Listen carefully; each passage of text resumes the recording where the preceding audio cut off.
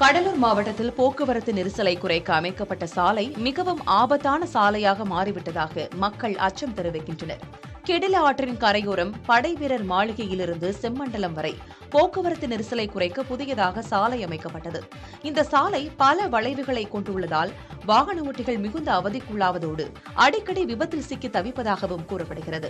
அது மட்டுமில்லாமல் முறையான முன்னெச்சரிக்கை அறிவிப்பு இல்லை என்றும் மின்விளக்கு வசதியும் இல்லாததால் சமூக விரோத செயல்கள் நடைபெறுவதால் மிகவும் ஆபத்தான சாலையாக மாறி வருவதாக மக்கள் அச்சம் தெரிவிக்கின்றனர். இந்த சூழ்நிலையை கருத்தில் கொண்டு சாலையை மேம்படுத்த நடவடிக்கை எடுக்கவும் ரோந்து பணியில் காவல்துறை ஈடுபட வேண்டும் எனவும் மக்கள் வேண்டுகோள் விடுக்கின்றனர். அதான் சார், உள்ள சிட்டிக்குள்ள போகாம அவுட்ல போற ரோடு சார் இது.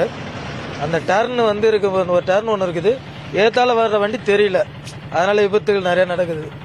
அதே மாதிரி லைட் ஒன்றும் இல்லை சார்.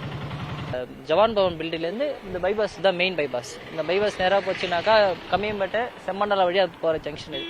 இந்த சைடில் டெய்லியும் ஒரு நாளைக்கு ஒரு ஆக்சிடென்ட் நடக்காமல் இருக்காது, டெய்லியுமே நடந்துகிட்டே இருக்கும். மோஸ்ட்லி இப்போ 2 நாளைக்கு முன்னாடி கொடுத்தா கூட அந்த முதியோர் இல்லத்துக்கிட்ட கொஞ்சம் ஒரு ஆக்சிடென்ட் ஜஸ்ட்ல அப்படியே ஏறிட்டு போயிடுச்சு, லாரி ஏறி போயிடுச்சு. அடிக்கடி எங்கள் அப்பாவே இந்த இடத்துல தான் ஆக்சிடென்ட்ல இறந்து போனார். கடவாசல் எங்கே தான் எங்கள் ஸ்டுடியோ எங்கே இருக்குது, பக்கத்தில் எங்கள் அப்பா இறந்து போனார்.